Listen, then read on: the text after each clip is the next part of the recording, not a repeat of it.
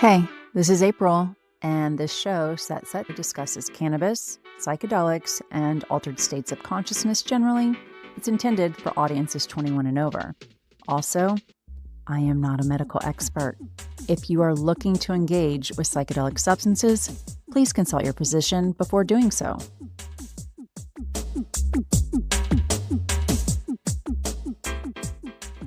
This journey is all about Shelley and I. But you want us to think about? We met actually last week, July 29th, was the 25th anniversary of our first date. Awesome. Which I write about in the book. Yes, you do. We celebrate that. It's also the 20th anniversary of me proposing to Shelley. All that's relevant here is because Shelley is the one, I got her into psychedelics in general and MDMA in particular. That's how it looks on the surface. But in reality, she got me into it because I was always into it. I'm an old ex-hippie. And when she met me and found out that I like to experiment with these medicines, she wanted to try it herself, especially MDMA, which at the time was known as ecstasy. I had given up ecstasy because I didn't know how to use it. But when she wanted to try it, I felt responsible for her experience. So I set about learning the protocols, how to do it right, how to maximize the benefits and minimize the dangers and the risks to make sure she had a good experience. And I decided to join her, reluctantly decided to join her because I had given up on it. Then we did it together that first time. And it was a revelation to both of us. I think it's important for everyone on the call to know that Charley is a licensed therapist. Although you don't use MDMA with your clients, you have shared that it is helpful in your day job. Therapist. Yeah, they helped me become a better therapist and hopefully a better husband. I think it's actually the future of my profession.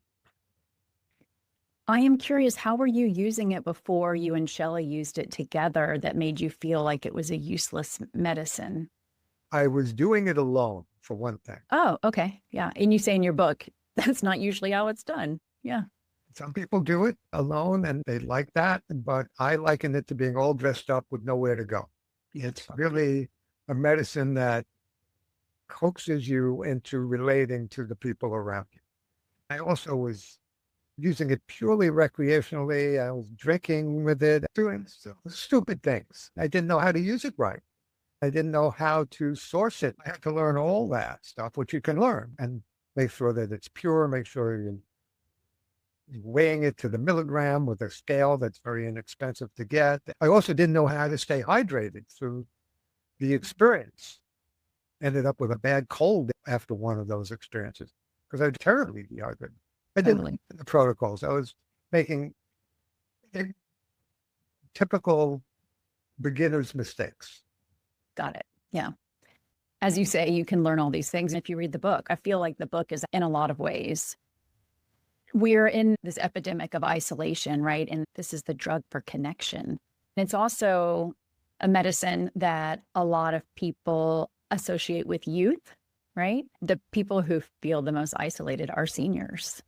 How do we rebrand MDMA? Having this conversation is part of that.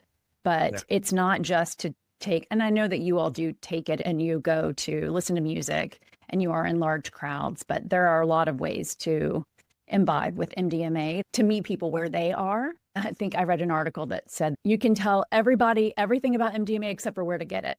That is the challenge, right? You can't take care to get it, but you can be sure that wherever you are, especially if you're in the Seattle area, there are people around you who are a source of good MDMA, for sure. And it's a matter of networking, actually. There's a local psychedelic community and probably local psychedelic society around you. And it's a matter of networking and gaining people's trust so that you can find it. But even when you find somebody who sells it, you still need to test it. I host a psychedelic salon every month. And one of the primary reasons is so people can talk to one another and source medicine. There are definitely people around who know where to get it. And there's always people looking for it. And the testing, would you recommend the test kits that are available through DanceSafe? I would. I used it today. Yes, to Right. test a new stash that we just got. Nice. It's dance, Orgy. Yeah. excellent source of testing. Did you also test it with the fentanyl strips? No. You have to do one. We know the source was probably good, but we want to be better safe than sorry. It's always a matter of Totally. safety first. The prospect of fentanyl showing up in your MDMA is very slight these days, but you don't want to make, you don't want to be in the 1% or 2% that happens. You can get the fentanyl strips through dancesafe.org to test it for that. There was recently a music festival, and 25% of the MDMA they tested had fentanyl in it. Really? Wow. Yeah. Really? the UK. Wow, that's scary. I think you just test it.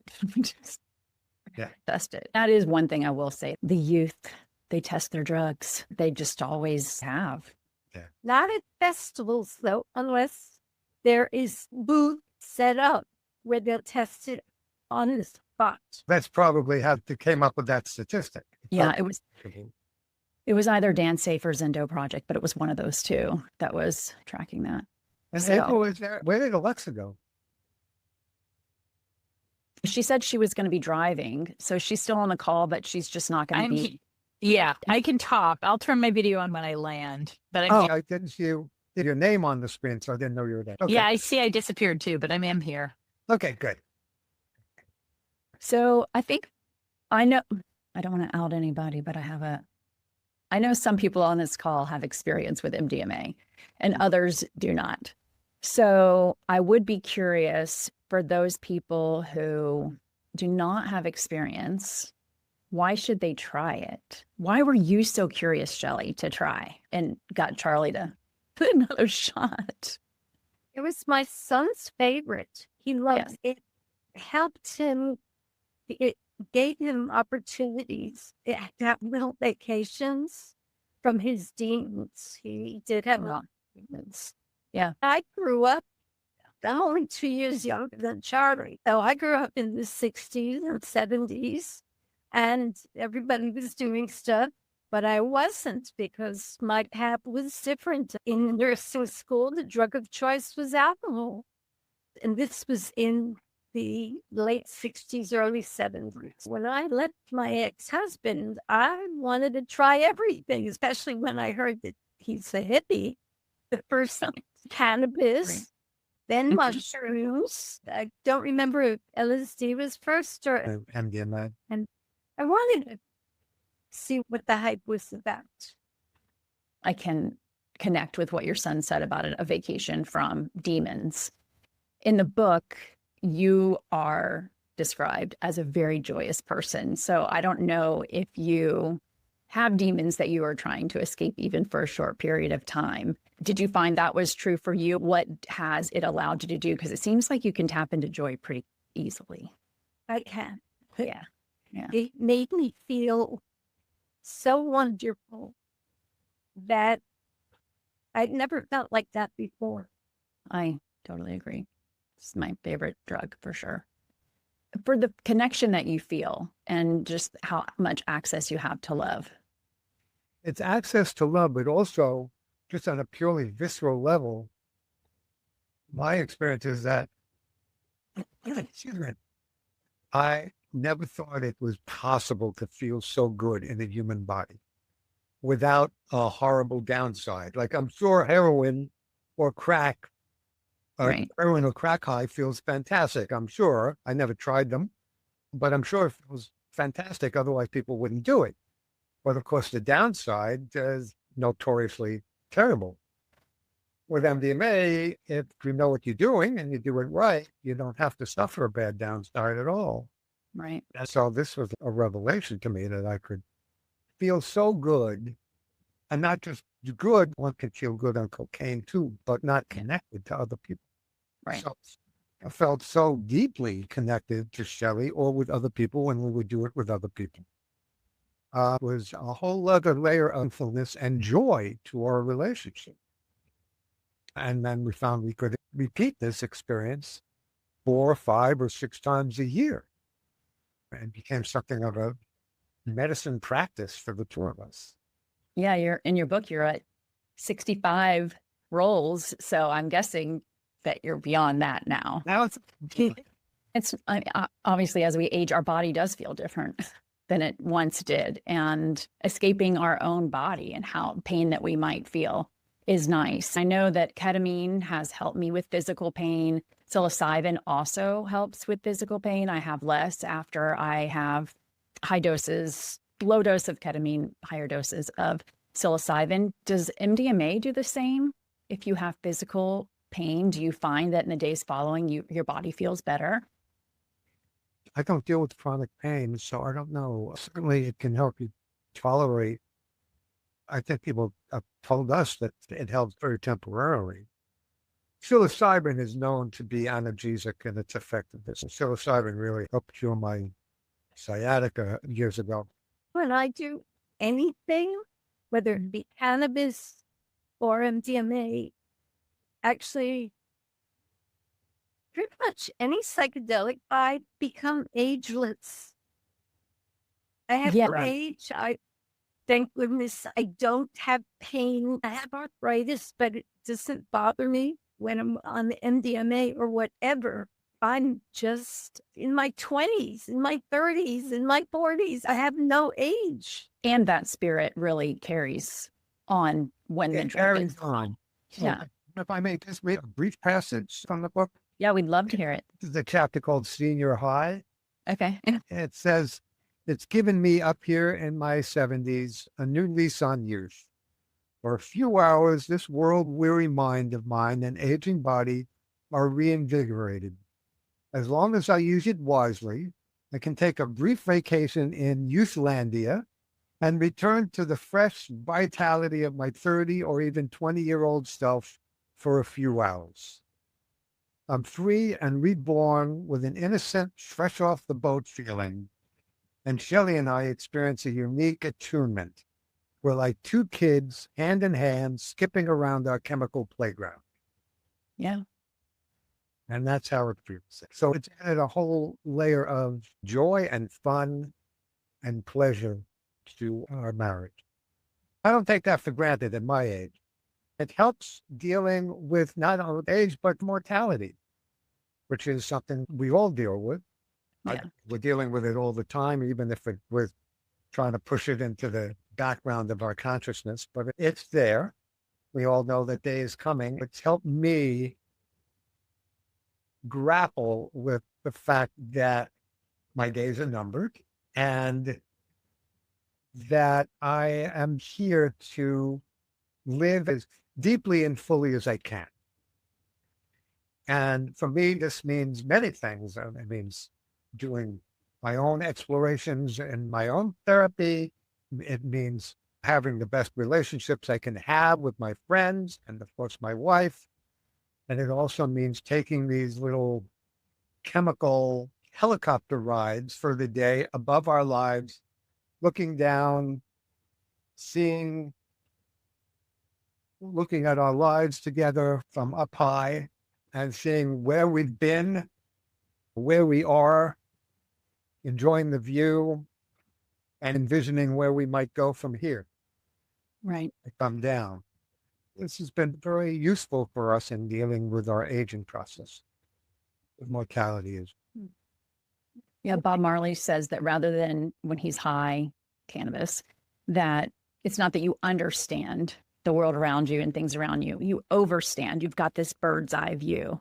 And when you just described that, I love that. So do you think that your quest to live life fully, that was inspired through MDMA, or was that you always had this joie de vivre that?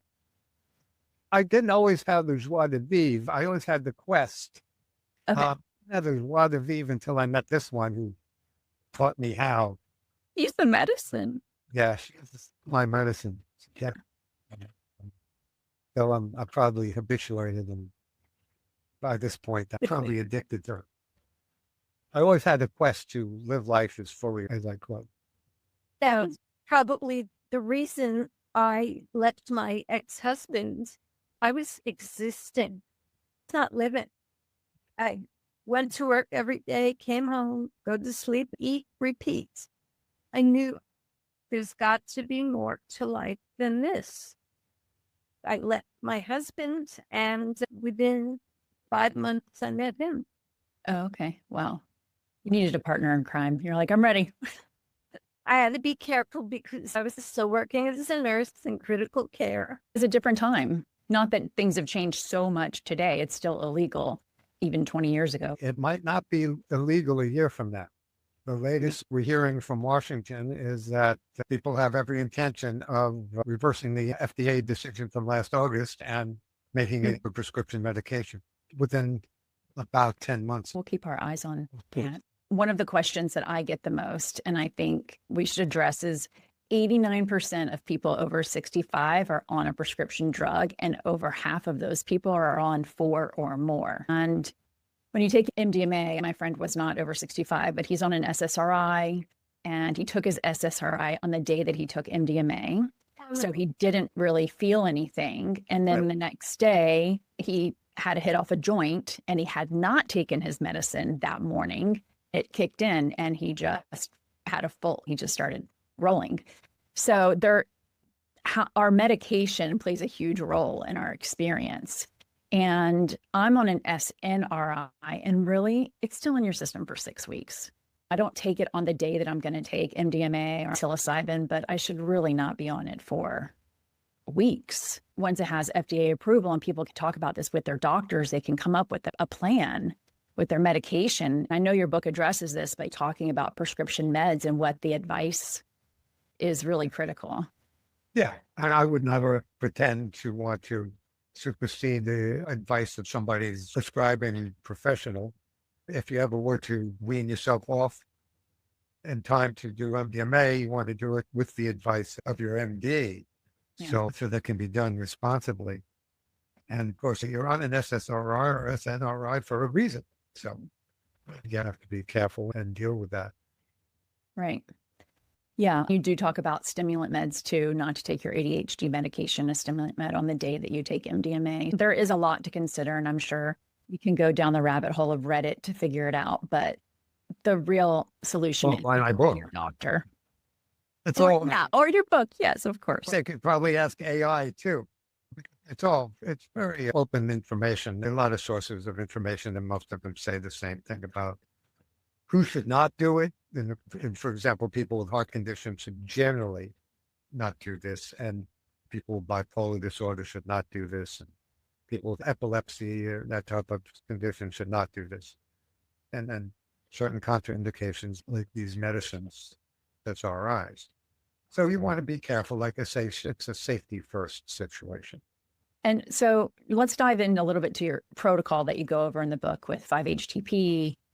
And I've got my electrolyte powder that I really like to use a lot. So what have you found is helpful for you to keep the down regulation as smooth as possible?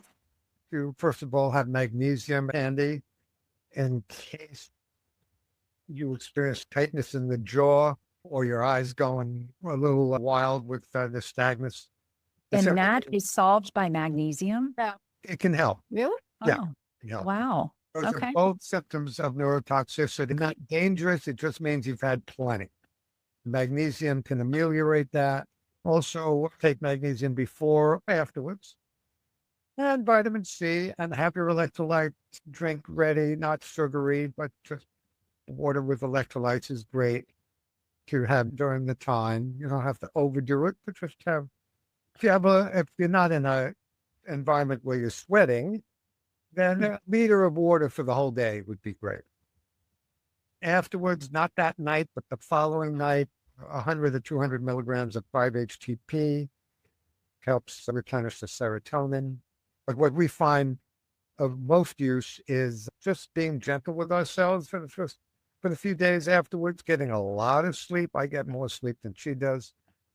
At my age, I'm 76. I need 10, 11, 12 hours of sleep that night.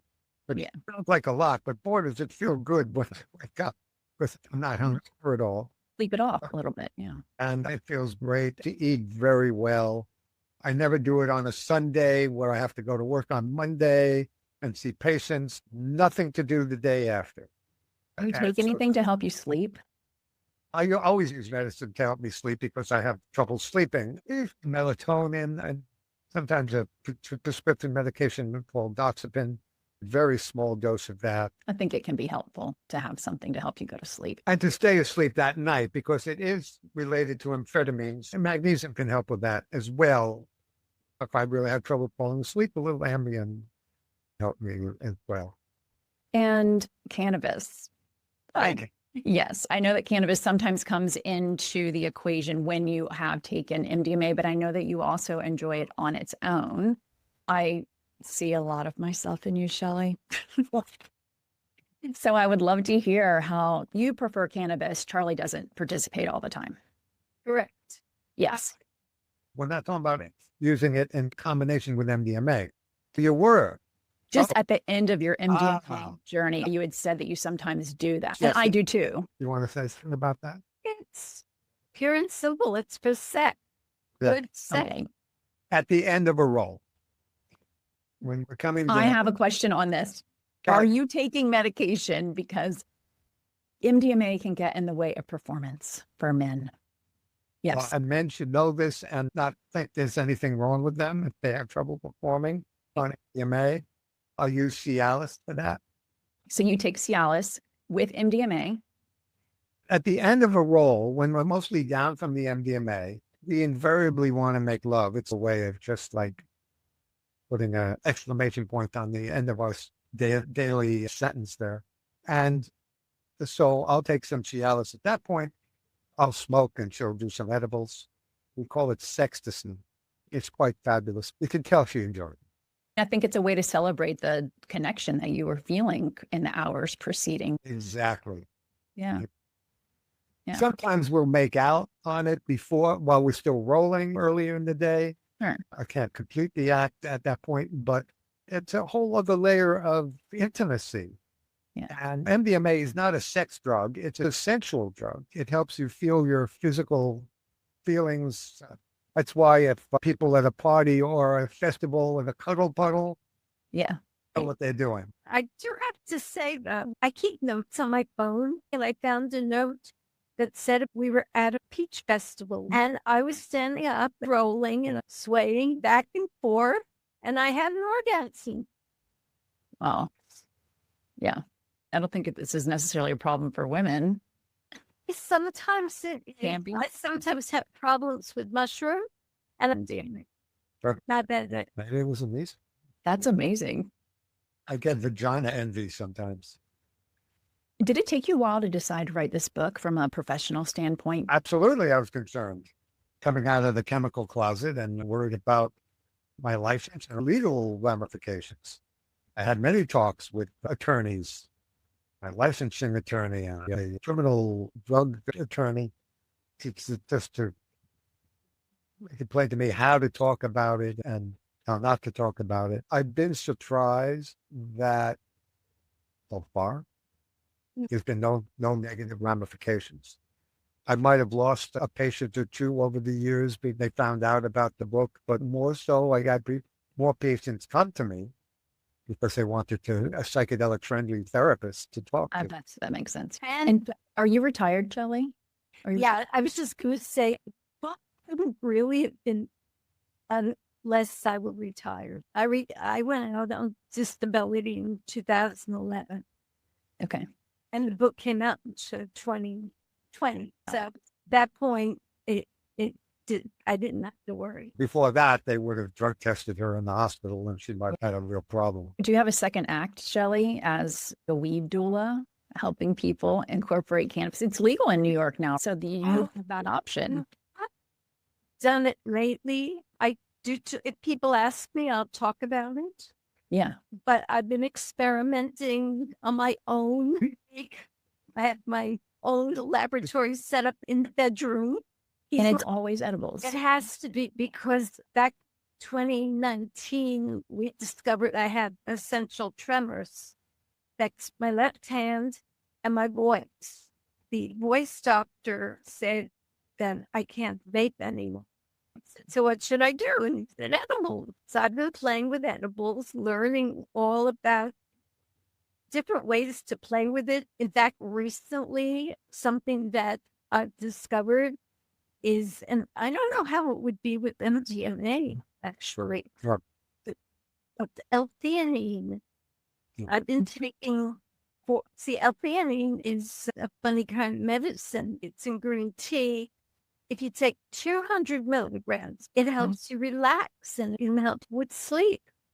400 milligrams is good for focus. I've been taking 400 an hour before I take my edible. Sometimes if I forget, I'll take it at the same time as my edible. It really makes, for me, it makes a difference. Okay. It makes a difference in how the cannabis. It almost makes the cannabis stronger, where I'm more high, but it's And you can concentrate or focus. cannabis in itself. Before I started doing the L-theanine with it, just helps me focus and Present in the moment. yes, because you can't focus on two separate things at the same time. No, you can't. I tried. Yeah. Alexa. That's so interesting. L-theanine. You can get that in any health food store. Mm-hmm. This is the time in the conversation that I like to start asking questions from people who have joined us, or if you have questions that you want to drop in the chat, but it's an intimate group. So if you want to come off mute. I'm a lawyer by long training and practice, but about 10 years ago shifted only to coaching in the divorce space. So I work with people going through life transitions like divorce, and I'm particularly interested in the couple relationships. I'm so interested in psychedelics personally, but also professionally. And I was thrilled to hear what Charley said about MD. It's not something I feel like I can talk about with my clients who are in crisis. And it could be so impactful in so many people I see who are discerning divorce, I believe. So Right. thank So you. you think it would be impactful as they're trying to determine if they should get divorced, or they've decided and to be kinder through the process, both maybe? And excellent discerning, April. Yes, I think it's really and rather than or. Many people come to me thinking they want to get a divorce, not having done the work of discernment, the figuring it out. Relationally, I can see, although again, I'm not a therapist and try to ask everyone to do the work they need to do in therapy too. In coaching, it becomes quite evident that no one makes the decision lightly, but maybe not as carefully as they could. And I think MDMA could have a big role in that decision. Reconnection points. They don't know how to find that reconnection. I know of one couple who tried underground therapy, got started with MDMA, and they had a breakthrough, a new lease on life for their relationship. They've been married for 20 years. They had a couple of kids. The breakthrough lasted for about 18 months. And then they went back to the therapist and said, well, not right for each other. Really discovered that they're just not right for each other. And they wanted to get divorced. They kept hearkening back to the session with MDMA as a touchstone so that they didn't have to hire dueling attorneys. They had a lot of money, so it would have cost them a fortune. Yeah. Because of the session with the MDMA, they're able to, with the help of a mediator, like the type of work you do, Sarah, they were able to divorce amicably. So that's wonderful. And that's exactly the kind of antidote I need. Thank you. Well, sure. Alexa, what brings you to? You're muted. You're muted. You're still muted. She's trying to figure it out. Oh, okay. The answer is on the screen. Yes. I never do Zoom on my phone, so I'm an Really? idiot. Oh, Yeah, I'm always on my laptop. I am Alexa. I live in Seattle. I'm a psychiatrist and psychoanalyst. And I can tell you why I'm on the call. The story is that I'm actually doing the first study, FDA approved, University of Washington, IRB approved study using MDMA for people with pathological narcissism. What? And Sherry, if you have any clients, I have Yeah, one here- client in your study, unbelievably. I just saw that person today. That's really great. So anyway, I mean, I have several patients, but I think maybe, if now that you say that, so just FYDU, please, because I am sure couples where one of the people are narcissistically organized, they have to be in therapy. I really think people with attachment disorders need a place after the medicine, after the treatment period to keep unpacking. I think the MDMA will deepen their therapy, all of which is to say, you guys, I'm happy to talk about it more because it's my obsession right now is this project. But the funny thing, and I'm so glad you're doing your presentation, because the FDA would not allow us to enroll people over 64. And I am 57. And I will say that, and maybe I'm just using this as a place to complain, but I actually find it valuable you're doing this presentation because there is this worried about cardiac risk factors. They look at adolescents and geriatric populations afterwards. That's their standard approach. The problem in my position is that a lot of people with narcissism don't get into treatment until after they've burned through relationships, burned through jobs. So I have a bunch of people who've reached out in my world professionally, therapists who have people in their 60s, in their 70s who are really wanting or open to getting underneath it. So it's pretty tragic to me. And I will say they're young people or younger people that I think will be okay. And I think these are just biases. I know some of it's safety related and all of that, but I'm so glad you're talking about this among geriatric populations and youth, which is so ironic because you all were early in this, given your age. You were using this in your 20s and 30s, so many people in your generation. I appreciate what you're saying. Don't get me started on the FDA. I think years from now, we'll look back and say the real culprit here was OxyContin. At some point, they proved it. And then, of course, the results were catastrophic. And they don't want to repeat that mistake. So they're bending over backwards in the other direction. And because of that, a lot of people who could be helped are not being helped now because they're being overly conservative. It's a temporary tragedy, but I think it's going to change in time. Points about denying the application that Lykos had to approve MDMA to treat PTSD was what they call positive adverse effects, where it makes people feel really good. Therefore, it has a high potential for abuse. You would think that would be a problem. That was a problem with OxyContin, of course. It also shows a lot of ignorance about what MDMA is and is not. It does not really have a high potential for abuse. Somebody who has an addictive personality, yeah, they could get addicted to it because they could get addicted to all kinds of things. It really is hard to get addicted to MDMA. If you do it today and then you do it a week from now, it's going to work about half as well. And you do it the following week, it'll work a quarter as well. And then you're going to get really depressed. It's not easy to get addicted to. It just shows a lot of ignorance. But I could go on and on. I'm angry at the FDA. But I think that's going to change. I'm curious because you said you want your clients or you want people that are part of the study to be in therapy.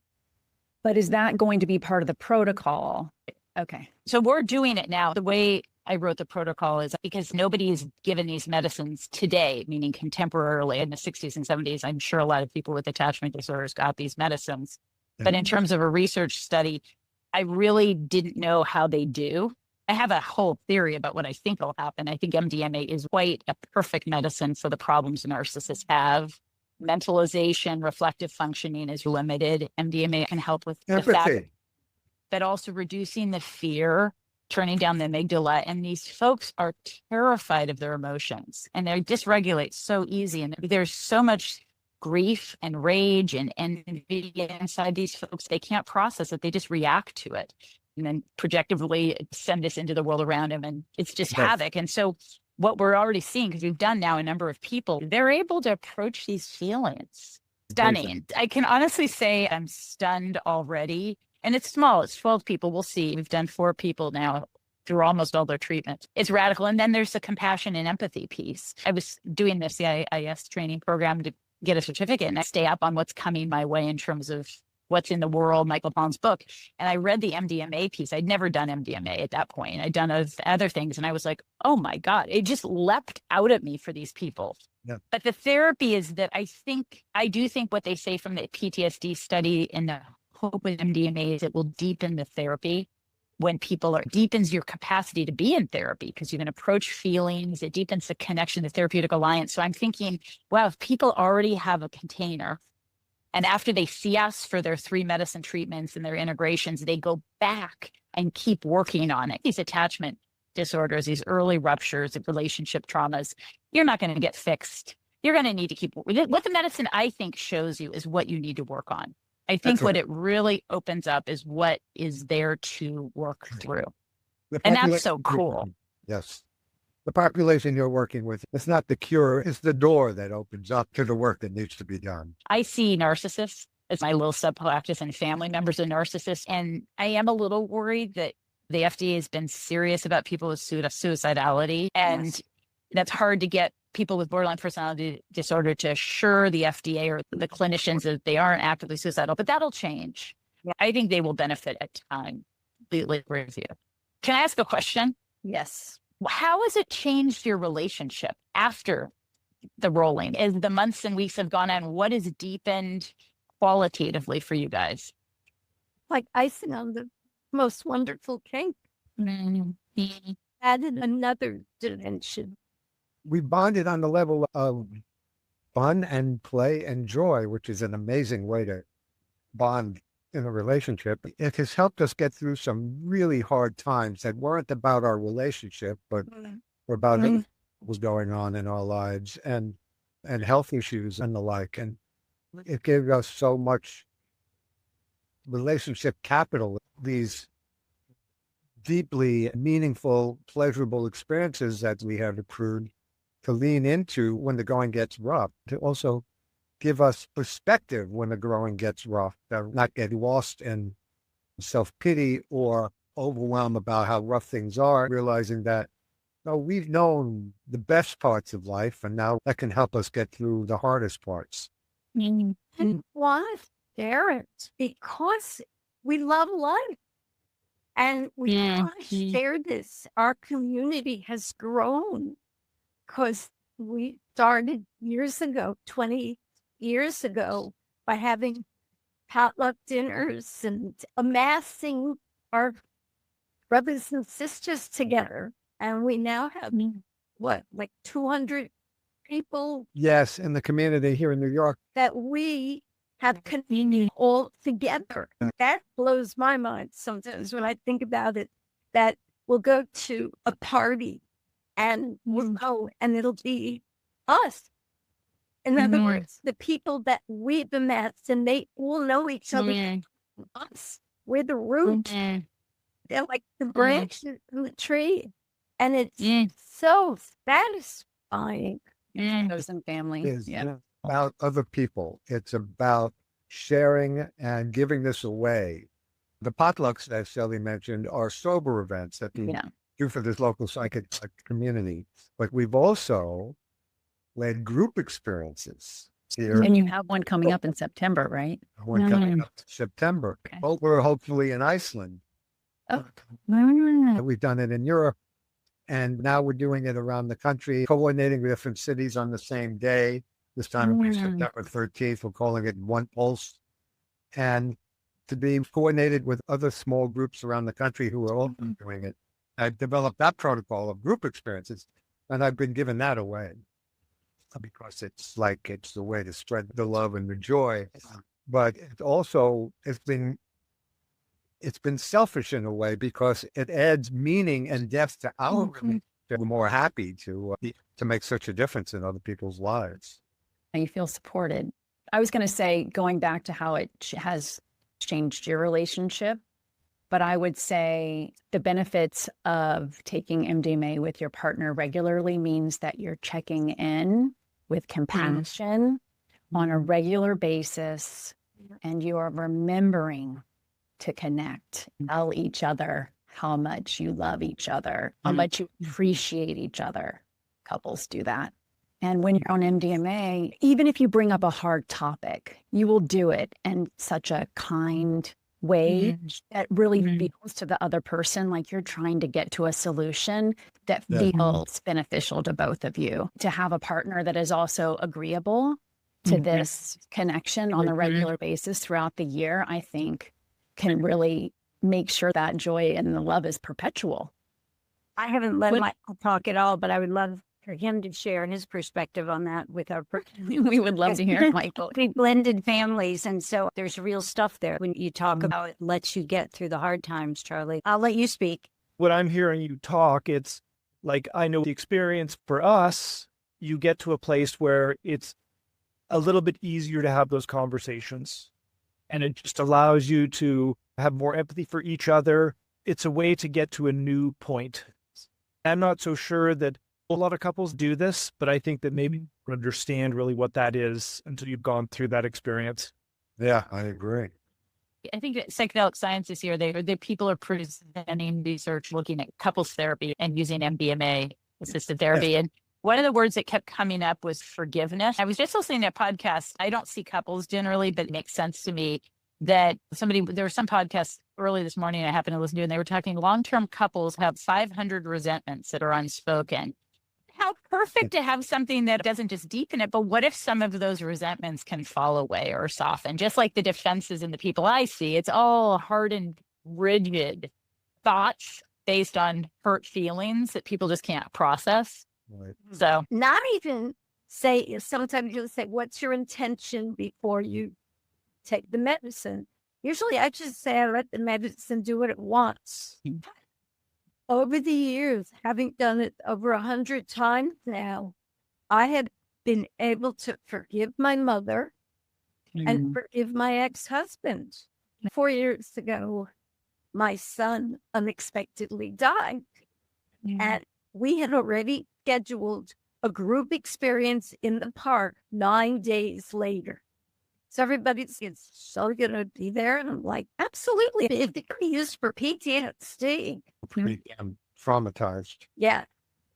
Other people who were coming to that experience had lost people also around the same time. And I called it a grief circle, but it turned into a healing circle. We had 40 people in the park. About 36 of them came in the middle of the roll. We were all really up there on MDMA. And in the middle of the roll, Charley called through this healing circle. About 38 people were there, and the other people spoke about their loved ones, and it was my turn. Yeah, I was crying a little bit. And then Charley said something that I won't go into it, but the dam burst. I sobbed, and I went into a state that the state is ecstasis. It's where you lose time, you lose your ego, lose everything. I don't know how long I was sobbing. I lost who I was. I actually lost why I was sobbing. It was just pouring out of me. And people were coming. I could feel people touching me. I realized that by sobbing, I was getting the grief out in order to accept all the love that was being sent to me. I could feel it. It was palpable. Now, when I finally stopped sobbing, now I'm not a old person, but when I stopped sobbing and I finally opened my eyes, I did not see people at first. I saw beings from that movie Spirited Away, just like dark entities. It only lasted a few seconds. I opened my eyes. After it disappeared, and then I could see all my friends. And I felt I was on the other side of the grief. And it was amazing. And this is over 4 years ago. I still talk about it. My son's pictures on my phone. I could have been this grieving mother. But that's powerful. Thank you for sharing that. In fact, I'm really happy you brought it up, because in the 4 years that I've focused on this space, grief is what is bringing people to these medicines, is what I found. Like, people come in because they PTSD, or there's a diagnosis, there's a DSM that they can assign to it. Or cancer. Yes, there's a diagnosis. Yeah, it can be physical. You're right. So many people are grieving so many things, right? It looks different for all of us, but I am overwhelmed at times at how much grief people carry. And that story, I will share it with your permission, that story with others, because you said he had died 9 days prior and you felt the grief lift. And I've lived with grief for years. It really is an awful feeling that it just gets into all of your life and holds you back from living life. So in some ways, I'm happy that you were able to move through it so quickly. Thanks for that I think you're right about the centrality of grief to what so many people are suffering from that brings them to these medicines. And there's an aspect to what Shelley's talking about that I hope will be researched one day, which is that what healed her was specifically the intersection of MDMA done in community.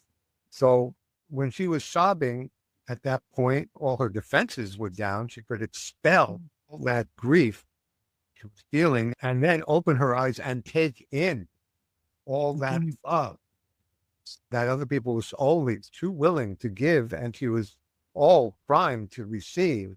And that's where the healing was. There's a lot of literature that they think that mental illness actually is unprocessed grief. Yeah. So early traumatic events, some relational disappointments, misattunements, betrayal, you can build it up to abuse and neglect. And it manifests in depression and anxiety and behaviors like substance use, eating disorders. It makes so much sense. Western civilization never treats the symptom when it really is just a communication and manifestation of dysregulation, discontent, something not having been worked through. So it really is a beautiful idea, thinking of using it to help your grieving process. Yes. And there's a wonderful book, which you're probably familiar with, called Lost Connections. Oh, I've heard of it. There's a guy, Jonathan Harry, suffered from depression all his life. The SSRIs did nothing for him until he started exploring and researching and realized the source of his depression and what he found with a lot of people's depression is a lost connection of something meaningful, one meaningful at some point in their lives that's not been processed. And of course, that leads to grief and depression.